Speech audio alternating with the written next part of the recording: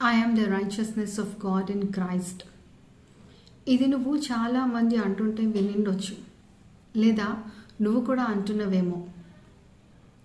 కొన్నిసార్లు కొంతమంది అంటుంటారు, కానీ వారికి దీని యొక్క అర్థం తెలియదు. వారికైనా ఆ యొక్క అర్థం తెలియదు, కానీ సైతానుడికి మాత్రం దాని యొక్క అర్థం చాలా బాగా తెలుసు. ఈ మాటలు నువ్వు పలుకుతున్నప్పుడల్లా వాడికి అర్థమవుతుంది దేవుని యొక్క స్థాయిలో ఉన్నటువంటి వారు ఈ యొక్క మాటల్ని పలుకుతున్నారు అని. ఎందుకంటే మనము దేవుని యొక్క స్వరూపంలో చేయబడి ఉన్నాము. నువ్వెప్పుడైతే ఈ యొక్క మాటల్ని నువ్వు పలుకుతుంటావో నీ ప్రతి పరిస్థితి మారాల్సిందే. వాక్యంలో మనం చూసినట్లయితే 2 Corinthians 5th chapter 21st verse, ఎందుకనగా మనం ఆయన యందు దేవుని నీతి అగునట్లు పాపమెరుగని ఆయనను మన కోసము పాపముగా చేసెను. ఇక్కడ ఏమని వ్రాయబడి ఉంది? పాపమెరుగనటువంటి దేవుణ్ణి మన కోసం పాపంగా చేసెను. ఎందుకు? మనము దేవుని నీతి అగునట్లు. సో నువ్వు దేవుడు ఎప్పుడైతే నీ యొక్క పాపాలని తన మీద వేసుకొని ఆ యొక్క సిల్వ మోసిండో, దేవుడు నిన్ను తనలో మోసిండు, తనతో పాటు నిన్ను మోసిండు. దేవుని యొక్క డెత్, బరియల్, రెజరెక్షన్ అన్నిట్లో నీవు కూడా ఉన్నావు. అందుకే దేవుని నీతి అగునట్లు మనము దేవుని యొక్క నీతి మనం అగునట్లు. అందుకే ఏ పాపం ఎరుగున్నటువంటి యేసయ్య మన పాపాలను మోసిండు. ఎందుకు? మనము దేవుని యొక్క నీతి అగునట్లు.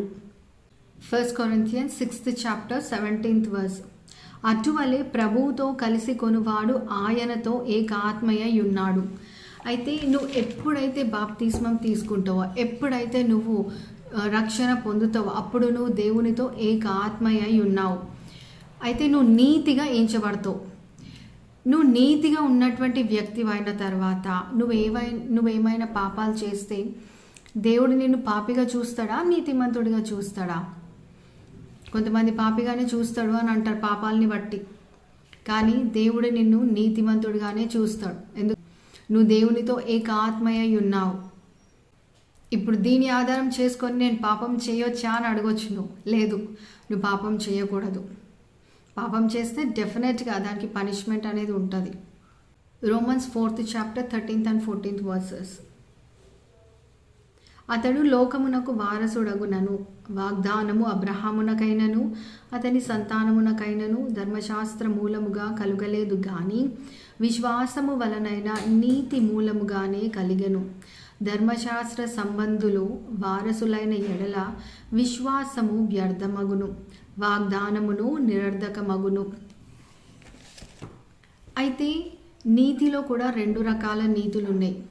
ఒకటి ధర్మశాస్త్ర సంబంధమైన నీతి, రెండవది విశ్వాస సంబంధమైనటువంటి నీతి. అయితే ఇక్కడ మనం చూసినట్లయితే అబ్రహాము లోకమునకు వారసుడగునని వ్రాయబడి ఉంది. అయితే ఈ వారసుడు ఎట్లయిండు? ధర్మశాస్త్ర మూలంగానా లేకపోతే నీతి మూలంగానా? ఇక్కడ ఏమని వ్రాయబడి ఉంది? విశ్వాసము వలనైన నీతి. ఏంటంట? విశ్వాస సంబంధమైన నీతి. విశ్వాస సంబంధమైన నీతి మూలముగా అబ్రహాము లోకమునకు వారసుడైండు. ఇప్పుడు నీ యొక్క ప్రామిసెస్ కూడా, నువ్వు నీతిమంతుడుగా ఉంటే నీ యొక్క ప్రామిసెస్ కూడా ఎట్లా ఫుల్ఫిల్ అవుతాయి? నువ్వు విశ్వాసంలో జీవిస్తే, నువ్వు విశ్వాసంలో దేవునితో అడుగుతేనే నీ యొక్క ప్రామిసెస్ అన్నీ ఫుల్ఫిల్ అవుతాయి. సో ఈ యొక్క వాక్యానుసారంగా నీతి, నువ్వు ఎంత నీతిగా ఉన్నా కానీ నువ్వు విశ్వాసంలో తప్పకుండా జీవించాల్సిందే. నువ్వు నీతిగా జీవిస్తూ దేవుని యందు విశ్వాసంలో నడుస్తూ నీకు కావాల్సినటువంటి ప్రామిసెస్ అన్నీ నువ్వు దేవుని ఎప్పుడైతే అడుగుతావో దేవుడు తప్పకుండా వాటిని ఫుల్ఫిల్ చేస్తాడు. God bless you.